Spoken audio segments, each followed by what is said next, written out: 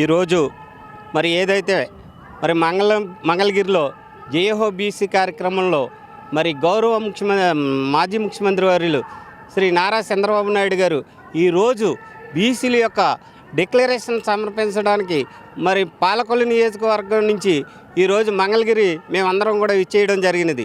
ఈరోజు పాలకొల్లు నుంచి డాక్టర్ నిమ్మల రామనాయుడు గారి నియోజకవర్గం నుంచి ఈరోజు ఈ యొక్క కార్యక్రమానికి మేము భారీ ఎత్తున తరలి రావడం జరిగినది.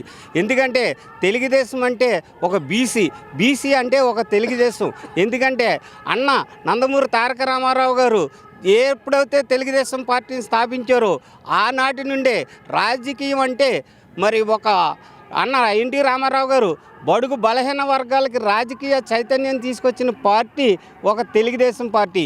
ఈ తెలుగుదేశం పార్టీ అధికారంలోకి వచ్చాక ప్రతి ఒక్కరికి కూడా బీసీలను అన్ని వర్గాల వారిని గ్రహించి మరి రాజకీయ రంగంలో మరి అనేక పదవులు ఇచ్చి మరి బీసీలకు చేతివృత్తుల వారికి ఒక ఆదరణ పథకం ప్రవేశపెట్టి మరి చేతివృత్తుల వారిని గౌరవ నారా చంద్రబాబు నాయుడు గారు మరి గత ప్రభుత్వంలో మరి ఆదరణ పథకం ప్రవేశపెట్టి చేతివృత్తుల వారికి మరి అనేక పనిముట్లను సమకూర్చి బీసీ విద్యార్థులు చదువుకుని నిరుద్యోగంలో ఉంటే బీసీలకు ఒక సప్లైన్ నిధులు ఏర్పాటు చేసి మరి బీసీలని అన్ని రంగాల్లో కూడా ఏదైతే ఆటోలు ఇవ్వడం కానీ ఇనోవాలు ఇవ్వడం కానీ వారు జీవనోపాధి కల్పించడానికి మరి చేతి వృత్తులు పనిముట్లు షాపులు ఏర్పరచుకోవడానికి అనేక నిధులు ఇచ్చి మరి మాకు అన్ని రకాలుగా తెలుగుదేశం పార్టీ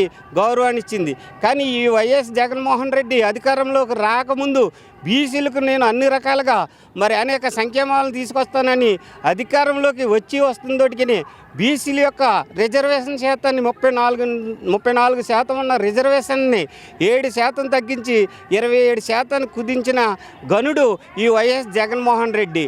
అదే రకంగా బీసీలకు లభించవలసిన ఆదరణ పథకం పనిముట్లు కానీ మరి ఉపాధి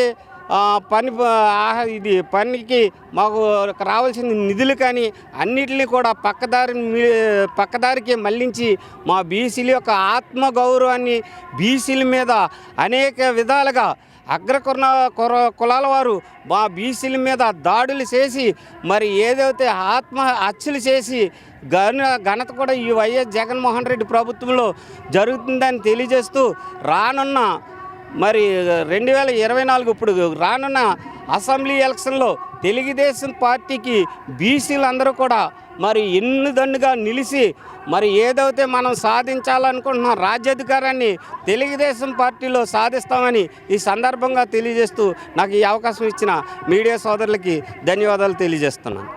మీకు ఇప్పటి వరకు వచ్చినటువంటి ప్రభుత్వ పథకాలు కానీ అమ్మఒడి కానీ ఆటో డ్రైవర్లు 10,000 కానీ ఇవన్నీ మీకు తృప్తినివ్వలేదా? మామూలుగా అన్న ఇప్పుడు నేను సాధారణ ఆటో డ్రైవర్ని. నేను ఈరోజు ఒక గ్రామం ఏదైనా ఒక కిరాయికి వెళ్తుంటే ఆటో ఒక 500 రూపాయలు కిరాయికి వెళ్తున్నాను.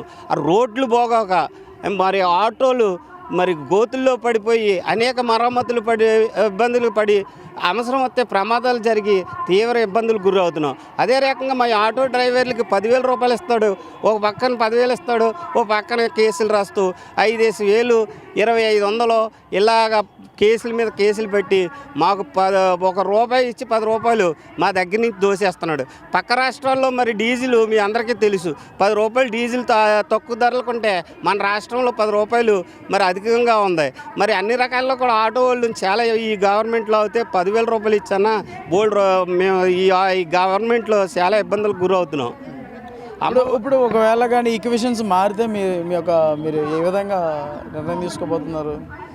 మేము ఆల్రెడీ గతంలో మంగళగిరి నియోజకవర్గానికి ఆయన పరాజయం చెందారు, అందరూ తెలిసిందే. మళ్ళీ ఈసారి కూడా ఏమన్నా అటువంటిది ఏమన్నా జరిగే అవకాశం ఉందా లేదా?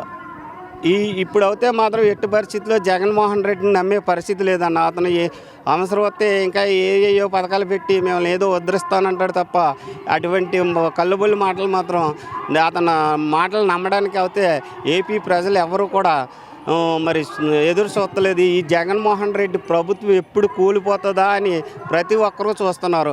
పక్క రాష్ట్రంకి వెళ్తే ఖమ్మం వెళ్ళాను మొన్న.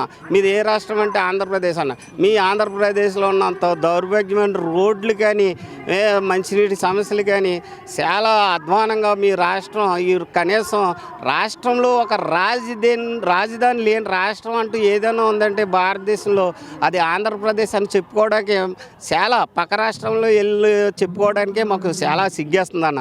ఇటువంటి కళ్ళబొల్లి మాటలు నమ్మడానికి అవుతే మాత్రం ప్రజలు కానీ ఎవరు కూడా నమ్మడానికి సిద్ధంగా లేరన్న.